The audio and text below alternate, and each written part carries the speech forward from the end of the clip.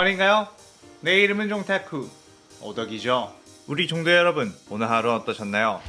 오늘은 인기 애니메이션 귀멸의 칼을 세간의 염조 랭고 쿄조로와 상현사 마카자가 원래 친구 사이였다면 어떻게 될지에 대한 가상 시나리오 일부입니다. 이 영상에는 원작의 스포일러와 개인적인 견해가 있으니 그 점 유의하시길 바랍니다. 大丈夫ですか? 그럼 시작해볼까요? 귀멸의 칼라에서 무한열차편 에피소드를 캐리한 혈기와 귀살대 지형 쪽 최고의 인기남들이 바로 아카자와 쿄조로죠. 그 둘의 케미도 상당해서 원작에서 둘이 만나는 부분이 그리 길지 않았지만 마치 오랜 라이벌 관계처럼 느껴질 정도입니다. 그렇기에 한번 아카자와 쿄조로가 친구였다면 어떤 느낌일지 써보려고 해요. 이 가상 시나리오 컨텐츠는 원작의 고증을 철저히 따라가는 매끄러운 진행이 되지 않기 때문에 어느 정도의 설정으로나 능력치 보정은 이해해주었으면 좋겠습니다. 그럼 오늘의 가상 시나리오 시작하겠습니다.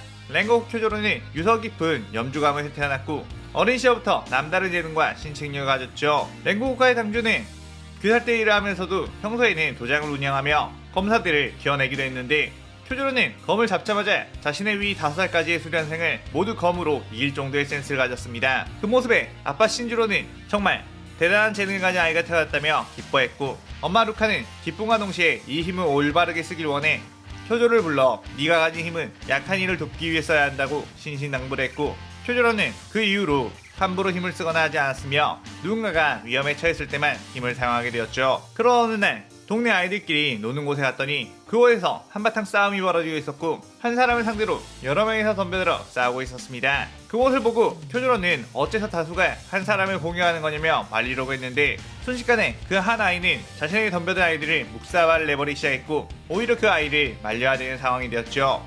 그때 그 아이는 쿄조로를 보고 내 녀석도 덤빌 테냐고 주먹을 휘둘렀고 쿄조로는 그 주먹을 피해냈습니다. 그 아이는 자신의 주먹을 피하는 녀석이 있다니 굉장히 놀랐고 더 흥분해서 쿄조로를 향해 주먹과 발차기를 날렸는데 쿄조로는 그것을 전부 막아내며 버텼죠. 쿄조로 역시 막아냈는데도 충격이 엄청났고 보통 아이가 아니라는 게 느껴졌습니다. 그렇게 긴 시간 투닥거리면서 싸우다가 둘은 지쳐서 동시에 쓰러졌고 그 아이는 나는 내 녀석과 싸우기 전부터 다른 녀석들을 상대하느라 체력이 빠진 상태였으니 이번 싸움은 내가 이긴 거다 라고 했고 쿄조로는 나는 일부러 공격하지 않고 방어만 했던 것이었으니 제대로 된 승부는 아니라고 했습니다. 쿄조로는 그 아이의 이름을 물었고 그 아이는 자신의 이름을 하쿠지라고 했죠. 그렇게 쿄조로는 집으로 돌아오게 되었고 자신의 또래 중에 그 정도로 강한 사람이 있다는 것을 신기했고 사실은 자신이 그렇게까지 강한 게 아니었나? 라는 생각도 했습니다. 그런 어느 날 쿄조로는 엄마 루카의 심부름으로 아빠 신주로의 친구 케이조의 도장인 소르 도장에 간 음식을 나눠주려고 했는데 거기서 얼굴에 온통 멍투성이가 된 소년을 마주쳤고 그는 며칠 전 자신이 만난 하쿠지라는 것을 알게 되었습니다. 하쿠지는 쿄조로 보고 뭘 봐 임마 라고 퉁명스럽게 말했고 쿄조로는 얼떨떨하게 있었는데 그때 케이조가 하쿠지에게 꿀밤을 박으면서 이 녀석 아직 정신 못 차렸구나 라고 했죠. 쿄조로는 케이조에게 아저씨 혹시 숨겨둔 아들이 있었나요? 라고 놀라며 물었고 케이조는 호탕하게 웃으면서 그럴 리가 있겠느냐고 이 녀석은 이번에 우리 도장 무단생으로 들어와 같이 살게 된 아이라고 했습니다. 하쿠지는 이라고 하면서 쿄조로가 준 음식을 받아주고 주방으로 들어가 버렸죠. 쿄조로는 걱정스러운 눈빛으로 케이조를 바라봤고 저 녀석은 이라고 말하니까 케이조는 너랑은 저번에 한바탕 했다고 들었다. 그래도 저 녀석 뼛속까지 나쁜 녀석 아니니까 걱정하지 마라 라고 하며 하쿠지를 이 도장에 들여온 상황을 이야기했습니다. 하쿠지는 연말에 태어난 아이로 어린 시절 엄마가 병으로 죽고 아빠마저 병 때문에 멈춰 누워 일을 나가지 못한 상황이었죠. 어린 하쿠지는 그런 아빠의 약값을 벌기 위해 별의별 수를 다 써봤지만 어린아이가 돈을 벌 수 있는 일자리는 없었고 계속해서 피를 토하며 괴로워하고 있는 아빠를 보자 소매치기라도 해서 아빠를 살려야겠다는 생각을 했습니다. 그렇게 소매치기를 성공하기도 하고 실패하기도 하면서 어른들에게 폭행당하는 일이 비일비재했고 하쿠지는 악바리 근성으로 그것들을 견뎌내며 꿋꿋이 소매치기를 했죠. 그런 어느 날 관아에 잡혀가게 된 하쿠지는 그곳에서 몰매를 맞고 집에 돌아왔는데 아빠가 자신 병 때문에 아들이 범죄자가 되어버렸다며 자식의 인생에 짐이 될 수는 없다면서 목을 매 자살을 해버렸습니다. 하쿠이는 그저 아빠랑 살고 싶었을 뿐인데 왜 자신을 두고 떠났냐며 세상이 떠나갈 듯이 울부짖었고 세상에 대한 분노를 폭력으로 불기 시작했죠. 그러다가 옆 동네에까지 오게 되어 싸움을 했고 그 과정에서 쿄조로와 마주치게 된 것이었습니다. 그 뒤 어떤 한 아이가 마을 아이들을 전부 묵사발 내버렸다는 소문을 듣고 케이조가 찾아가 봤는데 그는 마치 분노에 가득한 어린 수라아도 같았고 케이조는 왠지 모르게 그를 바른 길로 인도해주고 싶다는 생각을 해 자신의 제자로 들어오지 않겠냐고 제안했죠. 하쿠이는 그 말을 흔쾌히 받아들일 리가 없었고 곧장 케이조에게 덤벼들었지만 이 마을에서 랭고쿠 신주로 다음으로 강하다고 평가하는 케이조였기에 그대로 참교육을 당하고 말았습니다.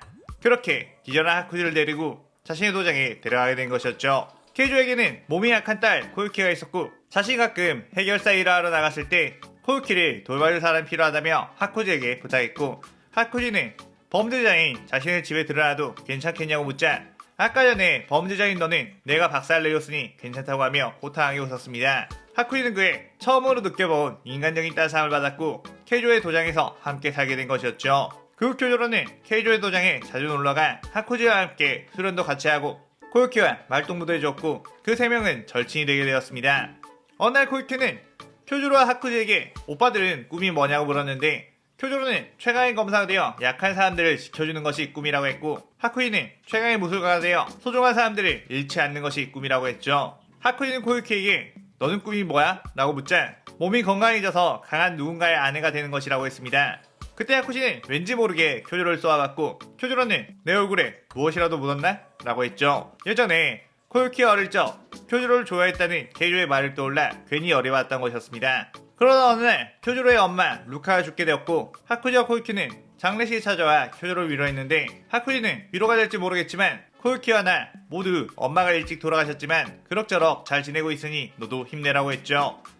그래 쿄조로는 고맙다고 하며 미소를 지었고 루카가 살아생전에 남들보다 강하게 태어난 쿄조로가 인간관계를 제대로 형성하지 못할까봐 걱정이었지만 하쿠지라는 소년과 잘 지내고 있다는 걸 알고 그에게 고맙게 생각하고 있다는 게 떠올렸습니다. 그렇게 그들은 자라서 하쿠지와 쿄조로는 18살이 되었는데 쿄조로는 엄청난 실력을 가진 검사가 되었고 하쿠지는 엄청난 무술을 구사할 수 있는 소류도장의 후계자가 되었죠. 쿄조로는 어느새 귀살대에 들어가 꽤나 많은 성과를 이뤘는데 하쿠지에게 너도 귀살대에 들어오지 않겠냐고 했지만 자신이 귀살대에 들어가면 코유키는 누가 지키냐고 하며 거절했습니다. 코유키는 자기가 아직도 몸 약한 어린아이인 줄 아느냐며 이제 나도 스스로의 몸을 지킬 수 있게 되었다고 말했죠. 그래도 하쿠지는 그저 코유키의 옆에 오래오래 있고 싶은 마음이었고 쿄조로 역시 그걸 알았기에 더 권유를 하지 않았습니다.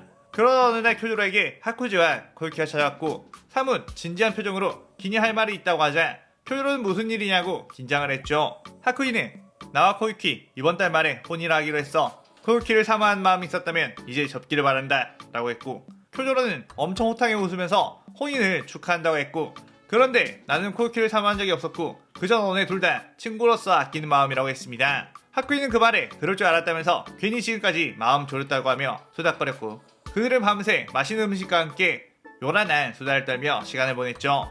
그렇게 둘의 혼인을 이틀 앞둔 날 쿄조로는 귀살대 임무를 끝내고 둘의 혼인을 축하할 선물을 사 소류도장에 찾아갔는데 그 앞에 들어서자마자 엄청난 피냄새가 풍겨왔고 황급히 그 안에 들어가 봤습니다. 이미 그곳은 난장판이 된 상태. 부러진 마루에는 코유키가 쓰러져 있었고 마당에는 케이조가 쓰러져 있었죠. 쿄조는 케이조에게 이게 무슨 일이냐고 묻자 케이조는 어떤 혈기가 찾아와 우리를 공격했고 하쿠지조차 그를 당해낼 수 없었다고 했습니다. 쿄조는 하쿠지는 지금 어디에 있느냐고 묻자 하쿠지는 이미 그 혈기에게 머리가 뚫려 죽었고 그 시체는 그 혈기가 가져갔다고 하며 눈물을 흘렸고 곧 숨이 멎어버리고 말았죠. 쿄조는 엄청나게 절망하며 곧장 코유키에게 갔는데 코유키 역시 이미 치명상을 당한 상태였고 마지막 숨을 내쉬며 쿄조로씨 제발 하쿠지씨를 구해주세요. 나는 유언한 뒤 숨을 거두게 되었습니다. 쿄조는 이 잔혹한 결말에 세상이 떠나갈 듯이 절규를 했고 몸속에는 뜨거운 감정이 솟구치며 순간 얼굴 부분에 반점이 발현이 되었죠. 랭고쿠 가문은 케이조와 코유키 장례를 맡아 진행을 했는데 신주로는 아내를 잃고 매일매일 술에 빠져 살았다가 절친한 친구였던 케이조의 죽음에 정신이 번쩍 들게 되었습니다. 귀살대 조라는 인간이 술에 취해 가까운 곳에 있던 친구의 집에 혈기의 습격을 알지도 못했고 그로 인해 친구와 그의 딸을 잃었다는 것에 엄청난 후회를 했죠.